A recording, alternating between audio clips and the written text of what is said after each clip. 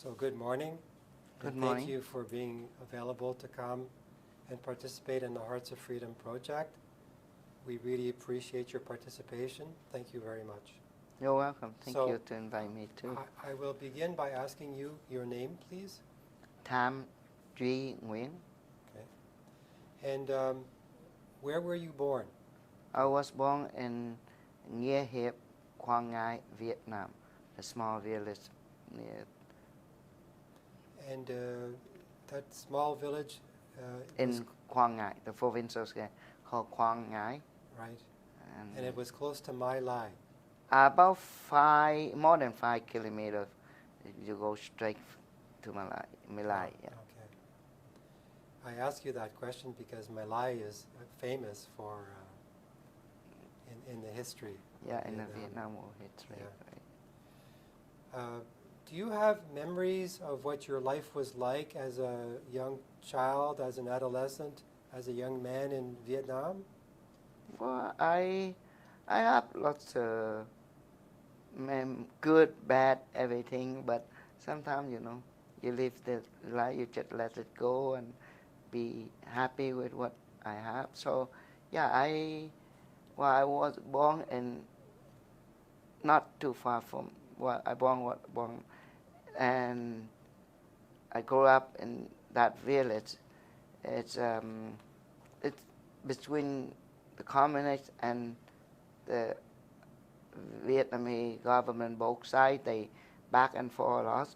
So I live in that village, kind of like not half a communist, but I think about one quarter people join with the communist at night. Oh, the father, the brother, the what would go. And after the friend will end, and they have like Ho Chi Minh say, okay, who want to join with them, go to the north. And South, who don't want to stay in South, when they cut Vietnam in half, North and South.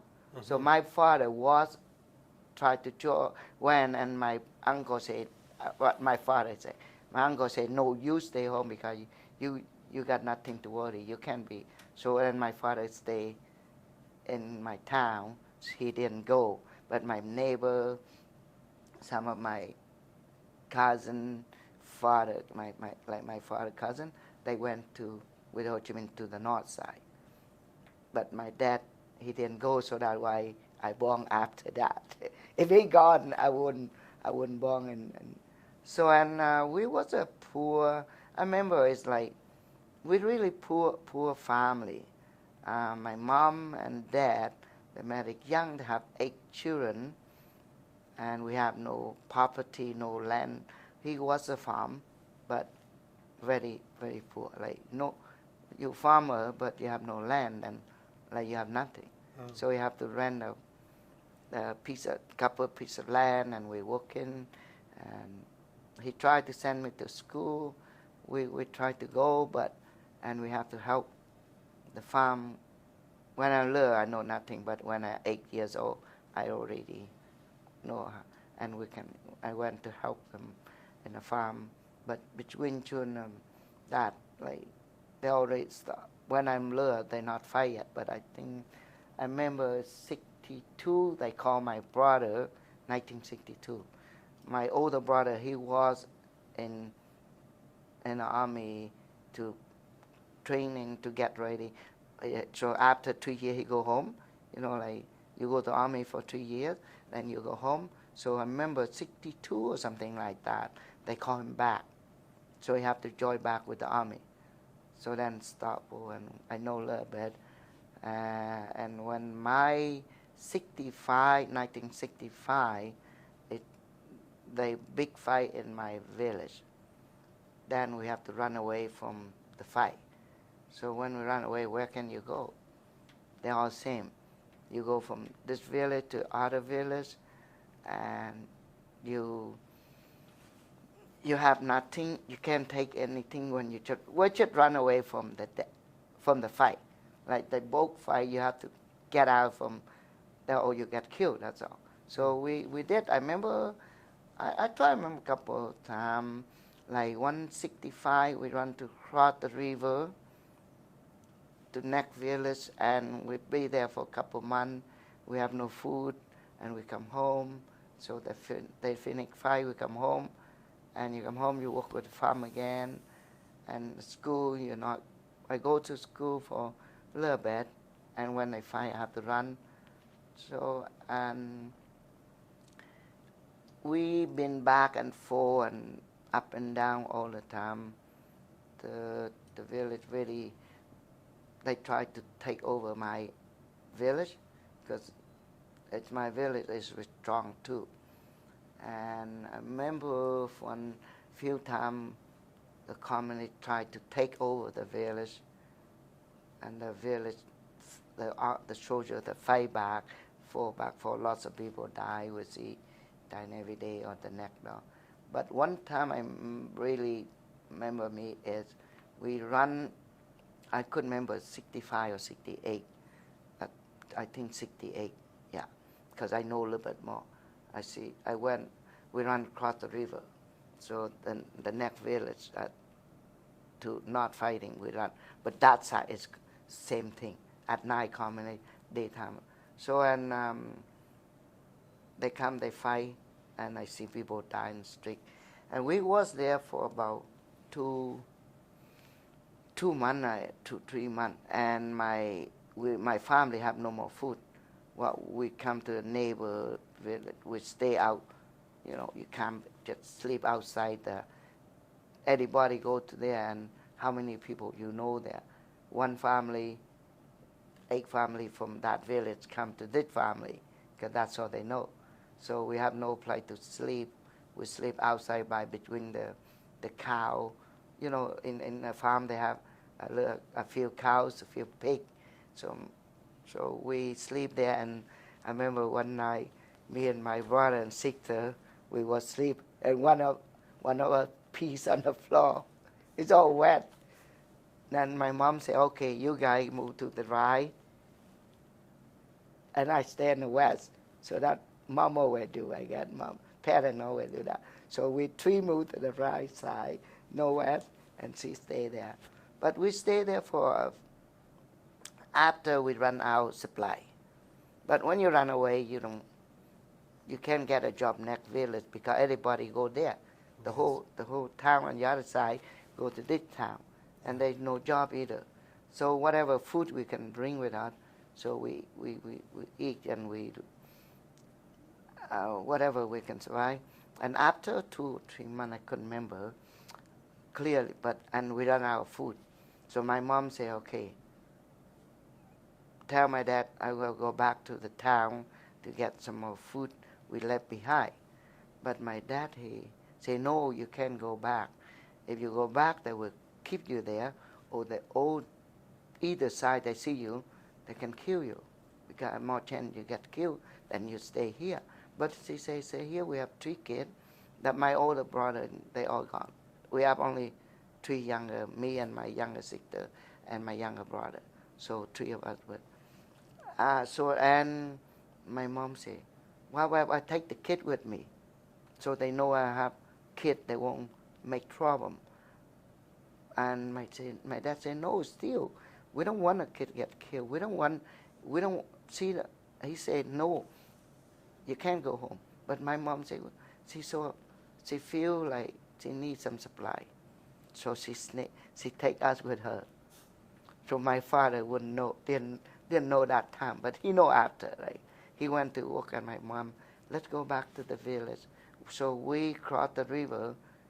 We just walk the river, not that deep. We walk across the river, and the communists welcome us very nicely. "Oh yes, welcome. You come back. That's good. We have food." And I say, "Mom, it's so good here. They welcome. They have food. We have everything. Why you have to sleep on the floor there? We can sleep in our own house. Then why we have to go there and sleep on the floor outside the house, and we have no food?" But Mom said, "Shh, be quiet." And no, you can't stay here. We just come in and grab some food and go. And we come into the village. So we went home. So then we tried. It's hard to get out now. So my mom's now that she know, they won't let you go because they need it, the community at the village. They need the people there. So it's kind of like a shield, you know. That time I don't know, but so at night um, they have like kind of no peaceful, like because they know you can get out the street and demonstrate, like say they say American no good, whatever, lots of bad things to say about the other side, right? The speaker, and they cook big pot of food, and we go there and we eat, and we go home sleep, and my mom said, what night was mom said, you know, that not their food, that we run away, we left everything behind, so they can do whatever. Like we come home with the chicken or duck or pig in the back, you know, they gone. Well, nobody home, they run away. Or so my mom said, no, that not. Don't you? We try to get out of here. We not stay here. So we stay here, we get die, because they will fight back. One day the army will come in and fight and take back the village. So we stuck. We can get out for about 3 days. And my father was worried, but we don't have nothing to keep in touch because no phone, no nothing. So and then one day the army came down to the village, tried to take back the village, and we was stuck there. We're in the middle of the fighting, and in the village they have a little tunnel around the street, like they have a little not bomb shell, but a small hole, and you can jump in there and hide for the bullets, but you can't hide for a bomb or big. So, and you can jump on the tunnel. They say, okay, jump on the tunnel, run down to the end of village, and we will take care of you guys. We're good, we look after. They try to bring what, and we go with the community. But my mom, my dad say, no, we stay here, we don't go. But that time my dad wasn't there, and my mom with 3 children, and we jumped down the tunnel. We try to hide from the fighting, that's all. We don't want to run down to near to the ocean, where is the home base. So, and what we run for about 20 or maybe half a kilometer. Then we walk up, we go in a bombshell. So they have a bombshell like underground. I don't know who did it, but we went underneath, we hide in there. So we didn't run, we didn't go with the group, we hide behind. So, and when I hide underneath the bombshell, my mom, we stay down there. I say, Mom said, stay down there, don't even coming up if you go. So when we stay there for a while, and the soldier come in to fight over, then they get into where our bombshell, and they call, say, whoever, they know people down there. Say, whoever down there come up, if you don't come up, I will throw the hand grenade, or I will shoot you. So Mom said, yet we are down here. Mom's so scared, and we don't know much. So they say, okay, come up with your hand up. So Mom come up first, and 3 of us come up. So we almost, that time I see soldier, I'm not scared. Because they have gun and fight, like they fight both sides, bullets go, and they say, duck it down. So they say, who else then? No, we say, that's it, only 3 children and my mom. So, and they put the smoke grenade down, and they cover it up in case somebody. So I remember that. And we went up, and they say, okay. They ask who I am, but because lucky my brother was an army, so they know. So I say, okay, you better run up before you get killed. So we ran up, and we crossed the other side again, stay there for a while. So that time really, really scary. I thought we all get killed, but lucky we didn't. Do you remember how old you were at that time? Was 68, so I born 57. So about 9 or 10 years old. Yeah, around 10. But you know that United 10 and you see that, yeah, lots of. So when we run back to the other side, we stay there for a while, and when they fight back, they take over the village, and we move back. Not long after that. And my village is near here is really, now they call it hip, but before they call different name. Tiêu Hoa, a really strong point for, I don't know, some reason everybody want that village because they near to the ocean, they easy to control, I guess. I see like they build the strict, American build the strict, they pull gun down to the village to fight the next town. So, and when I go up one time, I couldn't remember what year, but and they come back, when after that they come back, they have the army base, and they put bamboo. So they put bamboo so there can be the fan. So, and the communist tried to fight many times, they could not do it.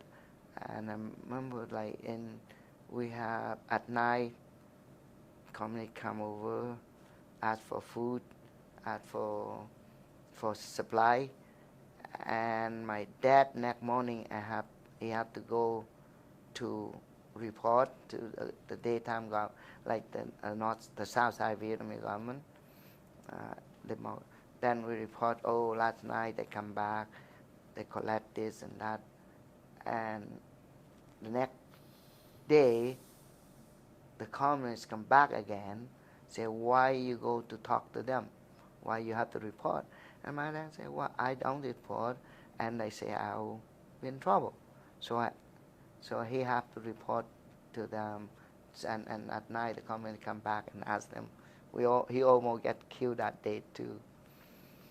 But many during Vietnam War is lots of crazy thing going on. Like I remember one time, they was one guy. He went, the big government guy. He sleep in the house across my house, and the communists, they know they want to kill him, so they did. They went to that house, and they fight there, and we was across the street. We almost got blown out too, because the street in Vietnam very only 5-10 meters to 20 meters. So they did that. We see people. We see dead people all over and so Vietnam they fight many times back and forth in my town. And I was in school. What I remember I hate is the gas is like the pepper gas. You know, like they make your eyes sore, like you can't breathe, you can't run away anywhere. It's all air with the. So that one I was scared most. The most the Vietnam I scared that one. The gas. The gas gonna and that's most of the time I won. And I remember one time they fight to the village a lot, and we see execute people when they got 10 or 11, 10 or something, like bunch of communists. They put on a post, and they let everybody know in the town tomorrow have execute that. And my family know the view and village, not me, I'm too young, but and they killed so that they execute right in front of people, so let people know, like, hey, if you are join with them, I will kill. So we watch them. We just watch like a live show. we kill it, and at night we're scared. We go home. I sleep. I scared, and I run to my mom bed and sleep with her. We all sleep in the same. Yeah. So as a young boy, you saw people executed. Yeah. We witnessed that. We witnessed it. We see, but after one day, but today I got nightmare. But after that, we see them every day. When we run, sometimes we run during a fight. The fight we run, and whoever just run it for yourself. Whoever die or get shot, and let your family, then you, yeah. But we just, me and my sister and my brother or my mom just run with. And my house we have, when I go up to the bed, I have a bomb shell in the back of the house too. Just small one in case, you can hide from the bullets and stuff, yeah. And we see, we watch, we look across the river, see people fighting, like, you kid, you kill it, just stand there and watch. And my mom, dad don't like it, but they went to work and we, we see, we watch like we watch a live show. Yeah, yeah. Do you have memories of what your life was like when you were a young man, like in your 20s? Well, Remember that? I go up by myself when I'm 13. I left and I told my mom that, you're a farmer, you have nothing. I can't be a farm like you, Dad, because you don't have profit, you don't have farm. So if I stay here, I can't. When I'm 13, I see he works so hard, even me. I have to stop school when the harvest time. I have to stop school. I went to the farm to get we pick up whatever left from the farmer. I don't know what they call in English, but like they have a rice season, and people harvest and they left. So we collect whatever left behind. So at the end of the day, we have a whole bucket, and that we save that for food, so take it home. And I saved my dad, and I left the town when I was 13. I went to the city. Years old. Yeah, and my dad say, well, my brother-in-law live in the city, and he told, and I walk for a mile, 12 kilometers for the whole day. I walk the city, and I see I love so much. Then I come back, and I say I move to the city. I want to go to live with my brother, and so many friends. When I was in the city, so I learned to be a tailor. I got no money. I went to my brother-in-law. We stay there. I work for him, clean the house, look after the kid, whatever. And when I have free time, I can learn to sew because we don't have money. Like, you trade the labor to learn to be a tailor. So I did. And my friend in the village, they come. I remember one time it really sad because a group of about 4 or 5 teenagers, they would come to the city and they buy popsicle and they go back to the village itself. And I remember one day they get up so early because of the moonlight, and the teenager, they don't know. So they say, Tam, I was in the city and they get up early. They sleep on the street so the next day they can get early to go to the city to get popsicle and put in the tumut, buy back to school to sell.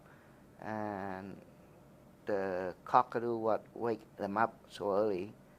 They not even, like in Vietnam during the time, all the bricks they put the barricade across the street, so no car, nobody back and forth the brick on like like 9 o'clock or 10 o'clock, whatever, to the morning before they open, then you can go, right? So this kid don't know, and they run through, and all 5 of them get killed, like, because they had no watch, and the moonlight, they sleep on the outside, and the cockatoo wake them up, and they thought, oh, we better go. But you sleep, you got to have light, and you just run. So they run to the break, and they all get shot. Yeah. But then I was in the city. I work and I got no money. I buy in food. I go on to the bread store, get bread early morning to sell to make some money to send to help my parents and stuff like that. Lots of things going on. When you say you went to the city, what Yeah. was the name of the city that you went to? Like Quang Ngai, Quang Oh, Ngai City. But I see. like you see like you live in it's a small right, but about 12 kilometers from my village to the Okay. city. Okay. To like they have more commercials like selling. Like you go in downtown and you live in San Vital, but or outside of Winnipeg a little bit, but Mm-hmm. it's here too big that way you can say. But and like just say like you live outside uh, Stanbad and you Mm-hmm. come to Winnipeg, a little bit different. Yes. Yeah. So I stay. Yeah. And every time you went from the city to your village and back, you always walked. No, I walk one time, but Oh, you after walked one that, time. yeah, one time I really want to have no money, so I Okay. walk. But after that, we borrow the bike. Ah, I see. Yeah, we bike. Okay. But when that time I went, I stay. But when I working, I bike back and forth every morning, go by biking. Okay. Yeah. And the work that you did in the city, you were learning to become a tailor? Yeah, Is that what I Okay. was learning to become a tailor, Okay. but I had no money, so I should trade my labor to work. But then in the morning I get up, I sell bread, or I run around to make some extra money to help the family. Yes. So I did that, and we lots of things go. I tried to survive, I tried to live, and I go to see. I've been learning for 3 years with no money. So after that, I know to work. Yeah. So I made some money when I was about 15, 16, around there. So during that period of time that you're describing, going to your village, going to the city, etc., were you always worried about getting shot, What the or date? was there Well, but danger? not too much on between from my home to the city, because I live in the if out of town maybe they do, like people out of town farther, when people go by sometimes they get sniper, they kill too. But where I'm to the city, it's safe. We're Okay. biking to the work and back home, and there is no no sniper, no shooting there. Okay. But only when they fighting the war and Right. they want to take over the village and they fight and we run. But after a while, we don't. I couldn't remember what year, but after 68 or something, then we don't. They don't. Our village strong because the army they build the base really strong. Well, I remember one time they bring the whole the communists came. They tried to take the village, and they came and they get killed, and they killed my cousin, like the whole family, one time.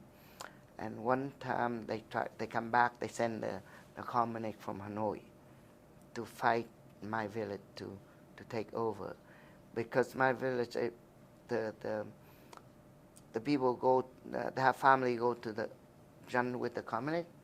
At night, they come to the army base to stay there. So I remember my brother told me one time he was in the soldier. One time the communist come fight, and like if I went with communist, then my parents at night have to go to the army base to stay there. So when a communist fight and he cry and he yell and say, "I am here. I'm a father. I'm a mother. Don't come and kill us." Like so, it make noise.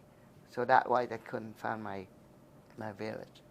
So that why from there we don't run away anymore. But I remember one time my sister would have a wedding on the street because we was away from the house. Yeah. But the June working June after that, I remember I go to work. We say I don't have any problem, any worry queuing. But before that, I see we I see and the kid, you see guns, you bomb, you see people kill all the time. But not after you get numb, I guess. You don't scare no more. You see like who died and that. You come take a look. You come home, you scare, you worry for a couple die. You can sleep, but then after that you. Yeah. At one point, you decide that you want to leave Vietnam. Is that the case? Yeah, that after the Vietnam fight, but I lived in Vietnam War II until 1975.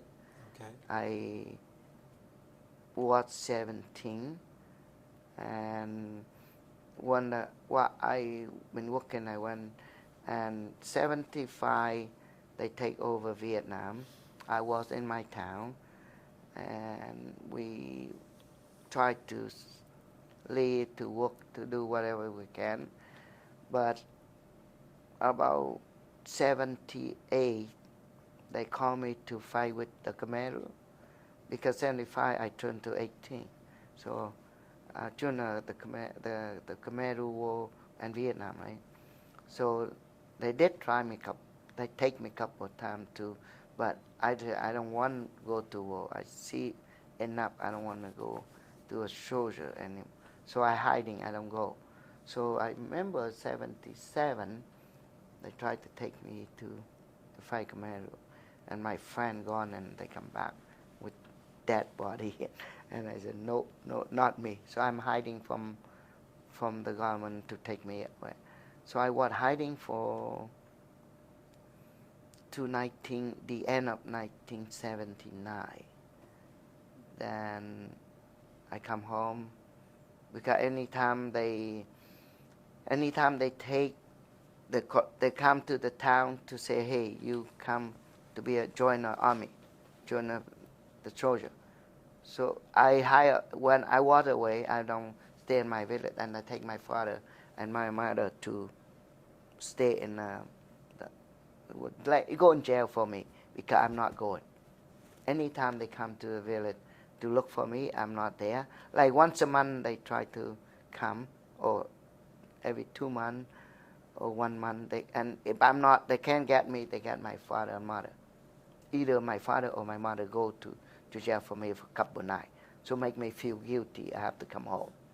Like they can't get me because I'm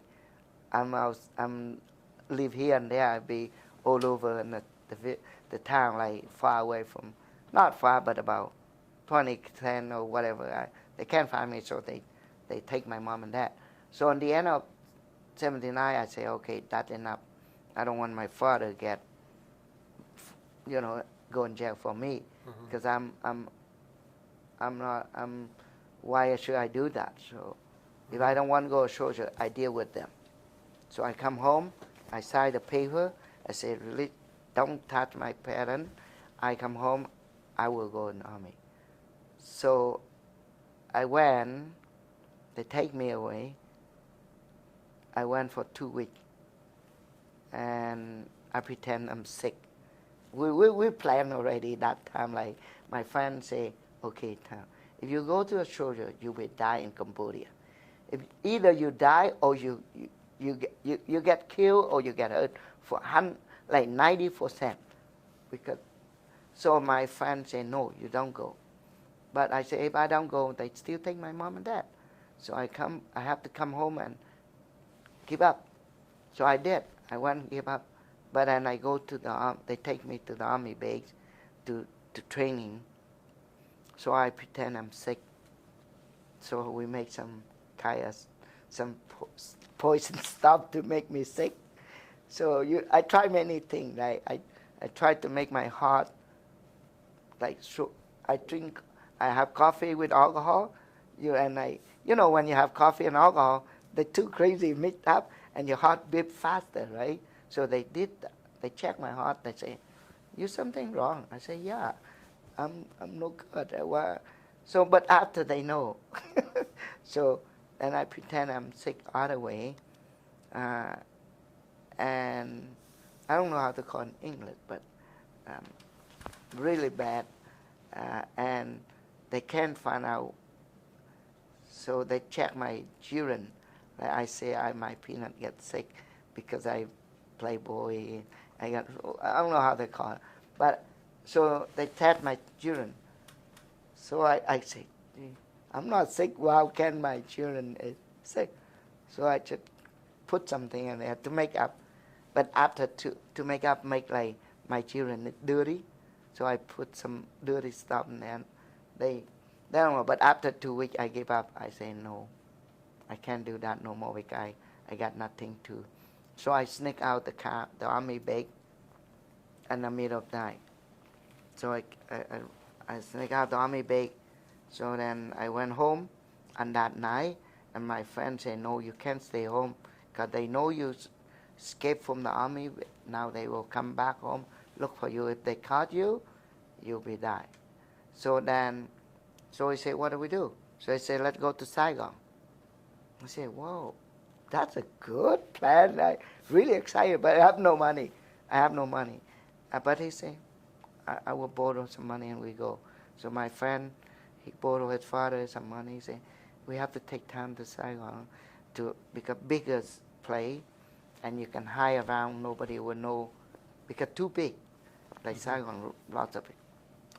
So and we did. We went to Saigon, and I have nothing. I got no money, nothing. But I said I can survive because I'm a tailor. That time already a tailor, so I can work. So I went there and I found a job right away. So I work. I made enough for living. How old were you then? That I was 22, 23, okay. 1980 I was, yeah. Okay. So I went to Saigon and we got no money, but we always found a way to survive. Mm-hmm. So my friend said, he know this lady and his friend, we stay in her house. We have about 10 young guys stay in her house. They're all like, not criminal, but they are high from the government. So daytime we leave, we find a job, we'll survive. Nighttime we sleep there. So and I never thinking I have a chance to leave Vietnam or run. No, just be in Saigon, that's good for me. But all of a sudden, the guy in the house, I say, what you guys doing? Oh, we try to put money together to buy a boat to escape, to get out of Vietnam. I say, wow, hey, that's a good plan, but you have money? I say, no. So I say, well, too bad, you can't go. And I stuck with them. I said, so I talked them, tried to make them afraid, tried to tell them, okay, let me go. I will pay you whatever I owe you. Let me in a boat. So we talk back and forth many times. They plan, they got some people have money to put money in to buy a boat. And so I tried to talk to them many times. They say, no, you have to find, to get some, at least some money. If two people, about $6,000, like 6 hours ago. But I don't have nothing. So and my friend, he say, okay, you stay here. If they go, you go with them. I go back home to look in at my father. I give some money and we give them at least half. So he say, at least you give me half. Then, because he say, if you die, nobody pay him. You know, when you plan run away, it's like you die or freedom. That's all. If you die, you die. So and he buy, and we try to get. I tried to beg him all the time. My friend went.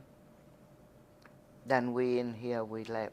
So my friend come back with the gold, but he cannot go because we are left. So at the end he say, okay.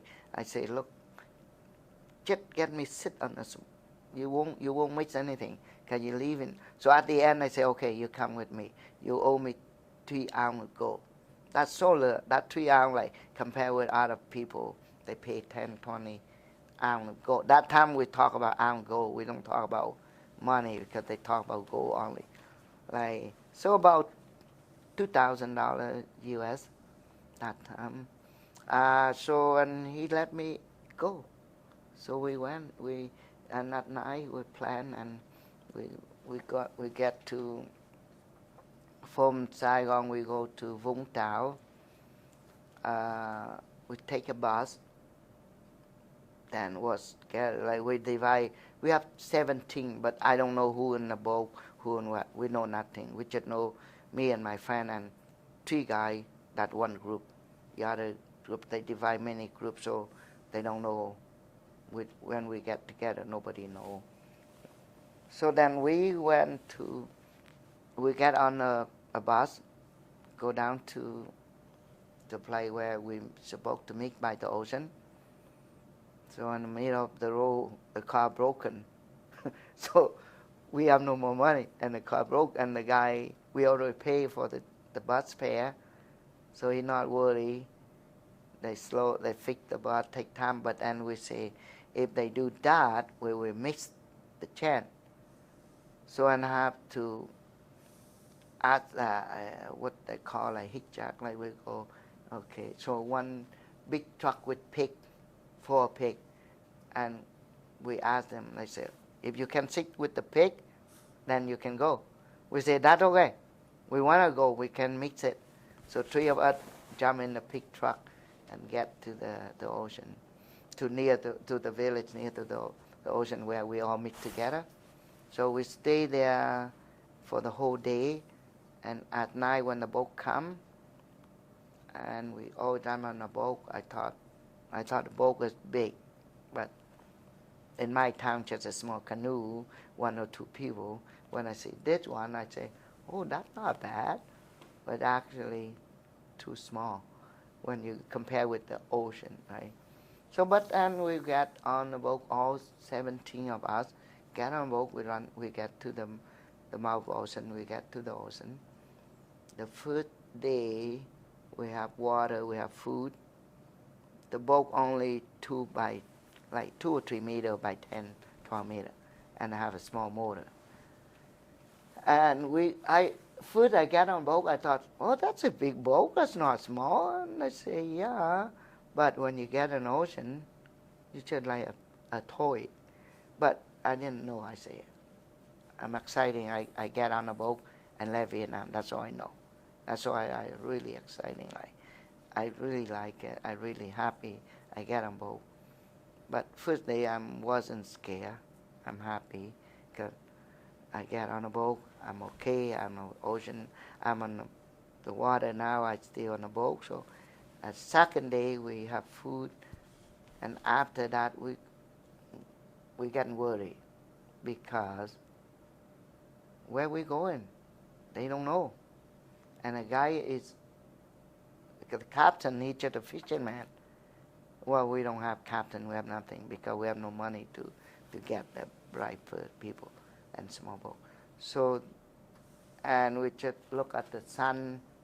At night we look at the stars. Which way we go? They say go to Malaysia, and that's where we want to go. So on the third day we have no more water. Then that time I scared. I said, sit down and pray. What can we do? We don't know where is Malaysia, how far there. We have nothing to measure. So the daytime we use the sailboat to save the motor. We use the sail to go with the wind, and we drink water. We have no water to cook the food. So lucky we found some fishing lake. So we're fishing and we eat raw fish. And the 4th day, same thing. One cup of the container cup, the water. We have only 1 container water, and we don't know how long we take. So we have 17 people on the boat. So one guy, the owner of the boat, he said, look, you're allowed to drink the water 1 cup or 2 cup a day. That's it. If you drink more than I told you in the ocean, that pure, no joking, no, because only enough, only water in, we don't know how long we take, but we have 17 people, so we can't drink the ocean water. We can have water. So we eat raw fish. So, and the 4 day, I sit down and pray. We get on the ocean to cool off for bed, but then we still continue. I know nothing, and the guy they know, they try to get the boat. I'm just like, okay, pray, sit down, pray. Don't have a term, like no wind, no rain a little bit, but not like thunderstorm, and we be that. So I pray. I just sit down there and I pray all the God I can. I I call who every God I remember, Buddha, Catholic, whoever. I just say, I just call. I'm really scared. That time I'm scared. I'm a dying man, you know. So I pray my parent, my grandparent, whatever, whoever I can remember, and I say if I survive, I will do something for my parents, because I'm the only one can get out here to help. But and the 5th day, we see some fishing boat come out. So and we asked them. One guy speak English very little, but just know where Malaysia. So and the guy said, "You go straight at Malaysia." So that's it. So we go straight, and he said, "Few hours you see that Malaysia. We don't know where, but we see a land. We should go straight, and that time I get off the boat and I know I'm still alive. But many times during that time, we heard a lot. My friend, not me, I don't know anything about run away, but my friend say, we have to break the boat, or they pull it back in the boat and they pull it out, because when we leave, we heard Malaysia, they don't want anybody come in, too many people come in. But when my boat come in, it's lucky the United Nations Red Cross already in Malaysia, so they can pull us back out. But we were scared, we didn't catch up enough, so we still break the boat and we run on the land. So and the soldier come and say, "No, you can't get off the boat, you stay here." We say, "Well, we're not get on a boat, because they pull it out and we get killed, die by the wave, you know." So and we stay on the land and we walk with the boat. We pull the boat, we don't get on the boat. We say our boat broken. But they say, "Don't worry." We don't speak English. They speak Malaysia and we speak Vietnamese, so we don't understand what. But so far the guy say, a Red Cross in Malaysia. So that's all he know. And they say, you go there, you sit there, the bus will come with food, drink, and they take you to the island. So and when that guy, he heard that, he translate and we say, we're so happy, we know we not get killed now. So we went there, we sit down for I don't know how long, but and the bus come with water, food, and nice bus. So they take us on the bus and they take to the island. So in Malaysia they call the island, I don't know how to say English, but we call Bolo Bidong, like the island Bidong. Bolo Bidong. Yeah, Okay. Bolo Bidong, right? So we get on the boat again, the canoe, they take to the island there. So that island all Vietnamese refugee. So nobody, only people come working there. So when I get into the island, and I really scary too, because by myself. Well, I have friends, but only 5. And when we get off the boat, everybody have friends. Like my friend, they have friends already. And by myself, I got nobody know me. I sit there, I don't know anybody, and nobody comes say hello, and you know. So I was cry, I was scared, and I say, why why, what I'm doing and why I'm here and I got nobody.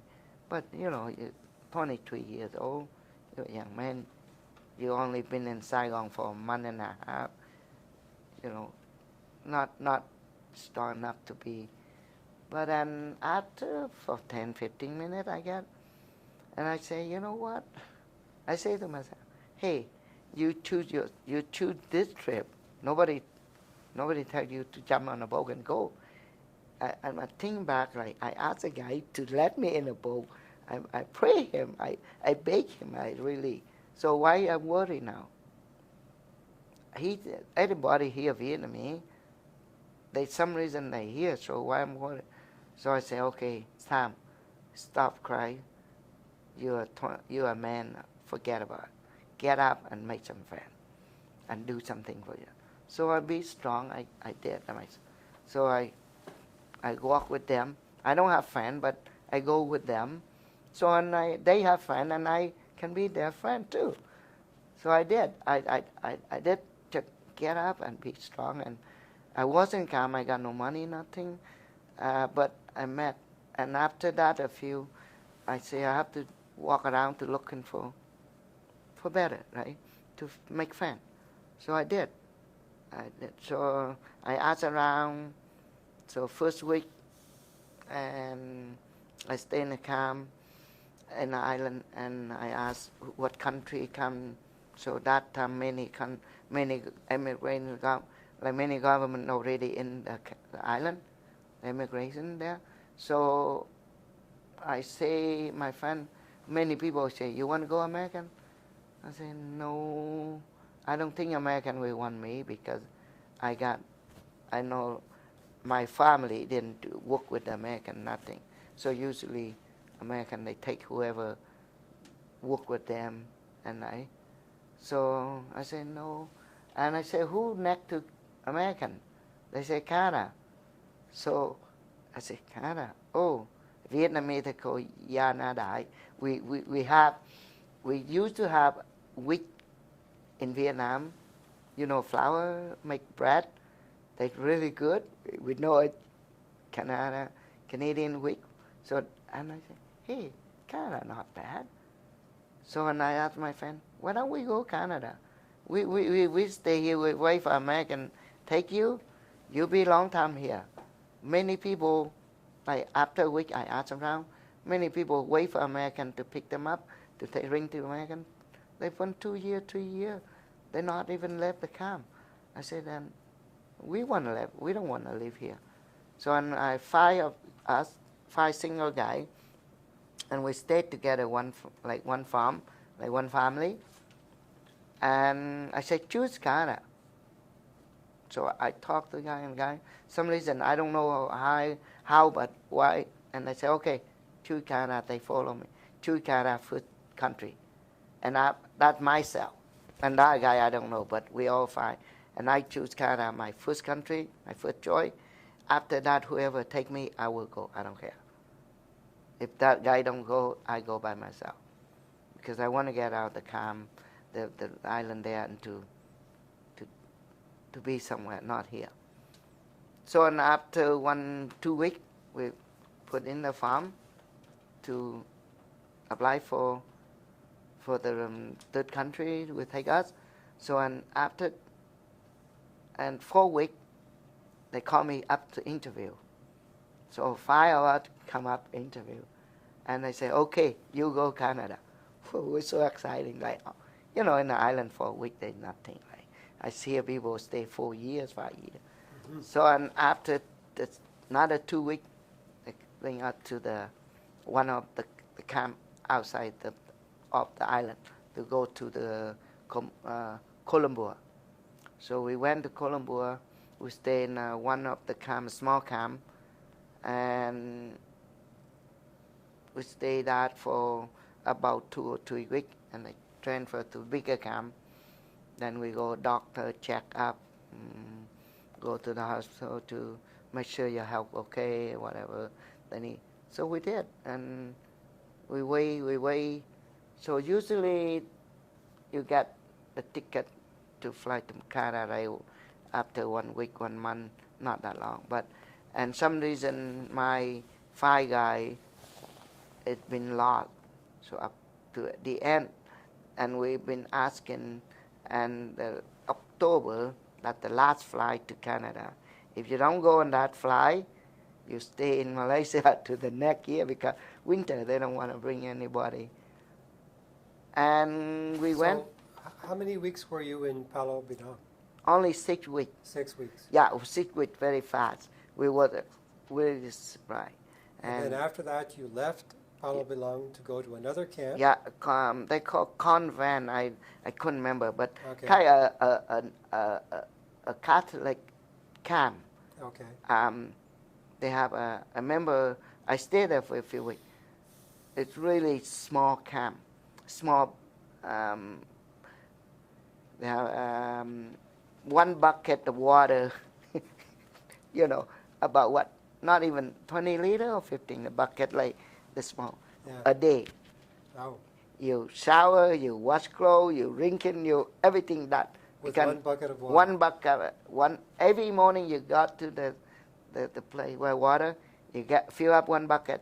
You have to show your paper to get the water. Yeah. So one bucket a day. So every 2 days you have a shower. But it's not a shower, like just a scoop, clean your body with one bucket, that's it. Yeah. The another bucket you use that for every day. And so every 2 days you have a bucket of water. That camp so small. And they send us to another camp, bigger one. And they have. But before we continue, what was it like in Palo Bidong? Was there an agency there providing food and?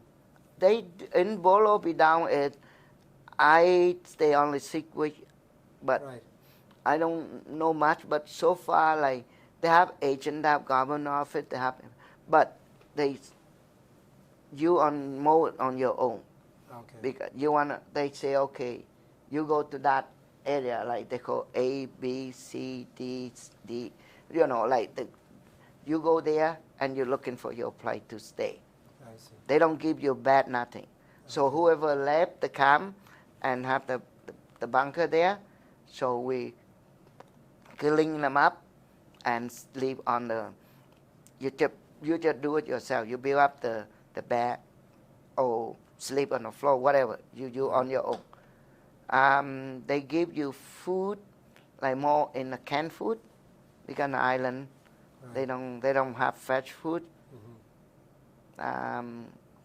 It's back to that. I really I'm by myself. I got no money. I got no food, so I go around. They have like canned, fish in a can. They don't have meat either, not because people they eat, so they don't like the fish and they put in the corner, and I collect them. I go home and eat, or they give instant noodle, rice, so you can cook. But some people stay long. They can go some garden, have some vegetable by themselves. Oh, so we knew, so we do whatever we can to survive. And at night, I remember people have money. They have coffee shop too. People have money. They sell stuff on the street, like food on the street. They make money because lots of people have money. Then so I went to the beach. Like, it's beautiful. They have sand, they have beach, they have coffee shop, but I got no money, so I can't. So, and they put the string, like the barricade. So if you you have money, you go in, you sit in the chair, you have coffee, you pay. I don't have, so I listen. I lie outside and just listen to music, and I don't have coffee. That's okay. I think I say that's all right. Yeah. Whatever you can. So I did. I stayed there for 6 weeks, and I do whatever I can. But that time, I met one woman. She have money, and she bought the sewing machine, and I work with her. After 4 weeks, I do some work with her. I want to look in for a job. I told her I'm a tailor, so she bought. And what do we make there? We make bed for people, like a travel bed, like nylon rice bag. We turn up to the travel bag so people when they leave the camp they can or something. I work. Too bad. Well, lucky me, I left early. But too bad for her. She invest money to buy a machine, a small machine, and we make break half and half. Whatever we make, she got half, I got half. But I worked for about a week or two. Then I left, and she said that's okay. I'm happy you left early, but she stuck with the machine. So then when I was to other camp, I tried to get a job too. I tried work, but in a camp, what kind of job you have? Nah. So I was and from the small camp, convent, and they went to the bigger camp. So when I went to the bigger camp, and I stayed there, checked around, like you stay in the school, the army yard, schoolyard, right? They have a fence, you can't get out. You go outside, you look for see car go by, but you can't get out. If you go out, you're in trouble. So we stay inside. Every morning they go with the bell, come up with the little coffee, a bread for breakfast, and lunchtime they bell rang. You go there, you have some food, you eat, and dinner same thing. So every day like that. You have boring. It's nothing to do in the camp. So then they have an office. They have some sports like badminton, volleyball, soccer. I say, okay, we can join that. So I went to the office. I said, I can volunteer. I can help you out and say. So they give me. I don't know how to write and reading English or Vietnamese a little bit. And they say, okay, you can. So I say, I can keep the sport equipment. If you can borrow the soccer ball, you give me your car, and I keep that. If you don't have that car, you can't leave the camp. So you have to bring back me the ball, and you have a car back. If not, if you lose the ball, I keep your car for some good reason, and the office will give you back.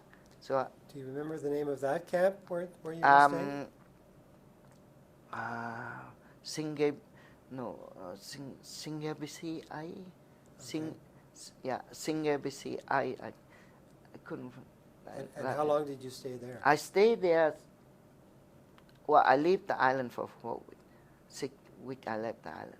So I stayed, and I stayed in another camp for about a month. I couldn't remember, but I stayed there until October. Okay. So about four months I guess. Okay. 4 or 5 months. But then I got no money, and I worked there. Then we eat. People have money to buy new food, different food. I got no money. I said, okay, that's fine. At least I have food. And I work in the office there. And I say, okay, you good. You work. I give you 2 instant noodle and 2 egg a pack, 2 pack per day. So I'm volunteer, so they give me that. So I say, hey, at least I have some noodle to eat. And so after that, I trade. I trade them different food. Then when at the end of almost the last list come in for the fly up, get out them that get to Canada. So when we went to the office, we asked them, why we been here too long? We're not sick, we're nothing. Why we not have a list to leave? So when they check. I say, oh, your paper been lost or somewhere. So they come in with the list 5 people. Then they call, you can leave now. So that way, October 10, I believe, and I fly to Canada. So when we fly, I get to airport Malaysia. All of us, we walk to the airport. The first time in my life get on an airplane.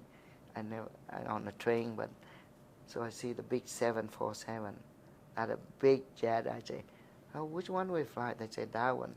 I say, no, that big. They say, yeah, but what 475 all of us we get on that airplane. We walked to and we got up, and we went to Malaysia to Montreal. But it's funny, like I was on an airplane. It's so big, so long, I couldn't believe. When I get on a bus, I not even know I'm on a bus. And I was tired. And when they got on the bus, they take me to the army base. Say, oh, when we landing? Yeah, they say, you don't know nothing. You're sleeping and you just walk. But when you, because that airplane so big and the army that they just take the bus, screw them right to the, because they don't want you be anywhere outside, right? From the door to the bus, go to the base, and with that, and they spray the chemical to make sure you know disease. They put I remember like the white robe, put them on for change take off all your clothes, put on, and they check your health, check everything, and they do the paper. And after that couple of days, 1 day or two, I couldn't remember, and they lay the map and say, okay, the call the group, just go Winnipeg. So that's all I know. Okay. So, as I understand it, you would have arrived in a army base called Long Point in Montreal.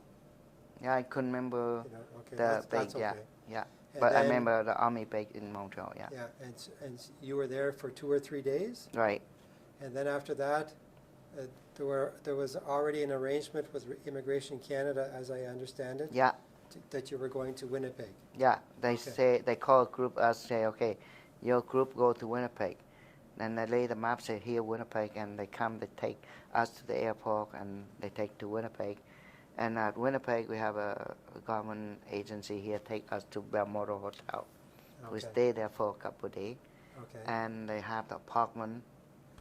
So we moved to apartment on Yonge Street from the hotel, and all on my own after that. Okay. Did you eventually get married when you were in I Winnipeg?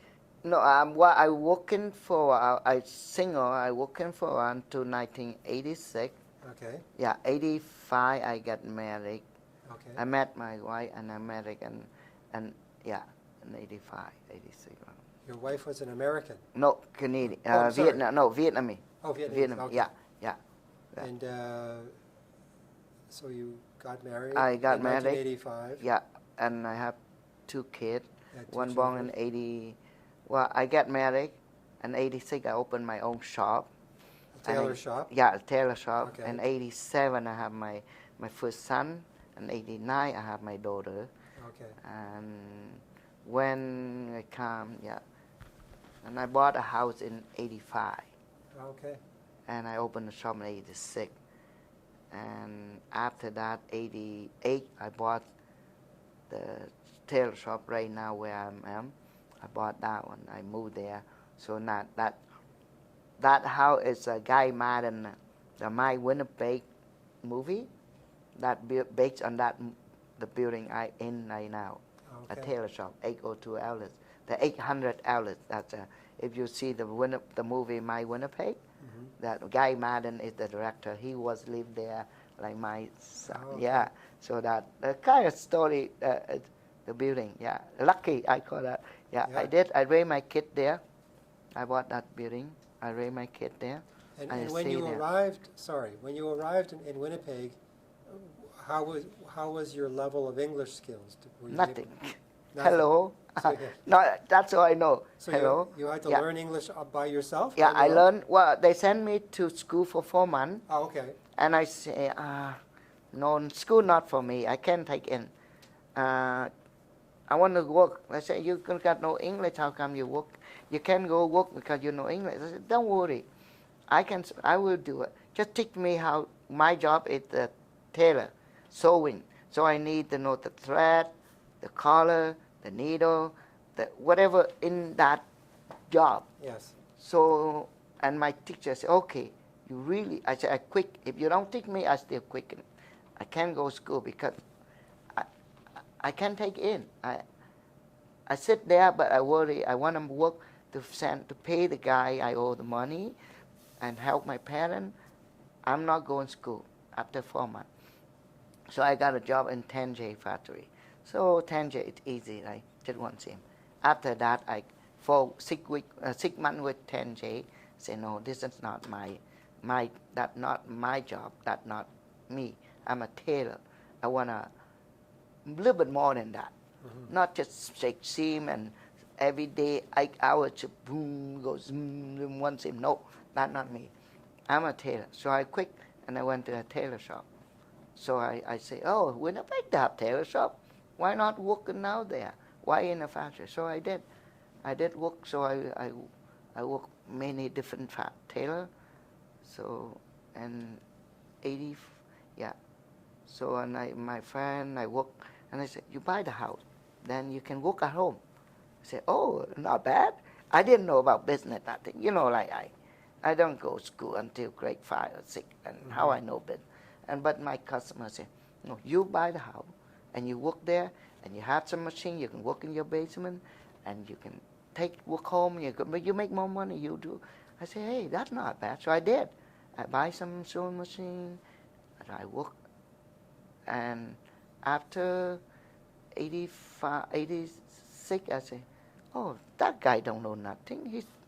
He still run a business. Only me is don't know. I don't speak English well like him. That's all. But my friend say, no, you do the work. You don't need to speak lots of English. They come in, you know what to do, and that's all they're happy. If you do it right, and they will come back. So I say, okay. So how much open a business? Oh, not much. It's nothing. You have machine already. Just rent the place. I say, well, I can't afford to rent the place. So I rent a room about that big, $300 a month. I say, okay, I won't get bankruptcy for $300 a month. I tried for a year. So I did silage for a year. So I did, and I moved to after a year, and I see my business better. So I moved to a bigger place where I'm now. I sold my house. I bought that one. I borrowed money bank. I just figured out myself. I did, and I've been there since I think 88. I am, and I do well. I do look like God look after me, Okay. and everything I do. So I'm lucky. I make everything good. Can I ask you, when you married your wife, was she able to speak English? No, not much either. Did No. she have a chance to take classes? Yeah, we go English at night. Okay. We go to school and learn English at night. Okay. Like after work, run to school, come home. So we take turn. One day me go, one day she go. So we look after the kid. And yeah, like me, I just speaking and listening, but writing and reading, no. Right. But I'm okay. Your English is pretty good now. Yeah, so far I'm still some word I don't know, but I do okay in the business. My business was 33 years now, Okay. and I did well. And I'm not top there yet, but I'm comfortable. So Yeah. I'll ask you about your son and your daughter. They're adults now? Yeah, my son he work at the at the school. Okay. He helped the kid, trouble kid, like Okay. yeah, with the Rockwood house and outside comment. My daughter is a graduate nurse at UM, Okay. and she worked with emergency ER nurse, and now she go back to school for a few months, I don't know how long, and she work in a intercare unit now, so she Okay. enjoy it. Yeah, so she doing okay too. So I'm glad both they doing okay. And what is your wife doing today? Does she work or? No, well, Your wife? I divorced with my first wife I see. in '95. Okay. Yeah, we can get along. I say, okay, honey, I don't want to fight like Vietnam War, you know. Yeah. The parent fight and the kid gets suffer. Right. The government fight, two big government fight, and I'm suffer, you know. Yes, So right. I say, no, honey. I told my wife, say, look, we can get along. We're not happy. Why don't we do whatever be happy? You take whatever you like. I take my kid, well, our kid, but I want to raise him. I want to support him. Then they what 95, they what 9 and 7, and my wife agrees. He said okay. So we did at night. I raised them myself. I see. I work. So lucky I work in a house, and I got them, and I do them. They good kids, so I'm happy. I raised them up. I done it myself. Yeah, and I remarried again in 15. and she have 2 children, 2 boys, so I bring them here. They are in Winnipeg, and they go to school. I try to help them and do some. Yeah, and she go to English school now, too. Okay. Yeah. Okay. Oh. Thank you very much for telling us your story. Oh, you're I welcome. appreciate it. I try my. Yeah. Yeah. Very good. Thank you. Okay. Good. Thank you.